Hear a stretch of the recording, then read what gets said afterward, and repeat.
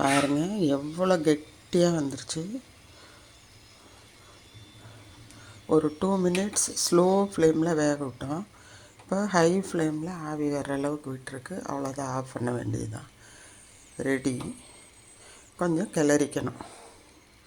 கிளறது நான் பூரிக்கட்டையோட, சன்ன பூரிக்கட்டையோட இதுலேயே தான் கிளறேன். ஈஸியாக இருக்கும் உங்களுக்கு. மத்து வேணும், பெரிய இது வேணும், அதெல்லாம் எதுவும் இல்லை. நம்ம கிளறது ஒரு 6 பால் வரும். அதனால் இது போல் கிளறிக்க. சூப்பரான ராகி களி ரெடி. இப்போ நான் இறக்கி மூடி வச்சுருவேன். ஒரு 10 மினிட்ஸ் போல் அதனோட சூடு கொஞ்சம் மிதமாகணும். அதுக்கப்புறம் 1 ஸ்பூன் நெய் விடணும். மறுபடியும் விட்டுட்டோம்னா மினுமினுன்னு பால் உங்களுக்கு அவ்வளோ சாஃப்டாக, சாப்பிடும்போது எப்போ எடுத்திங்கனாலும் கெட்டியாக இல்லாமல் இருக்கும்.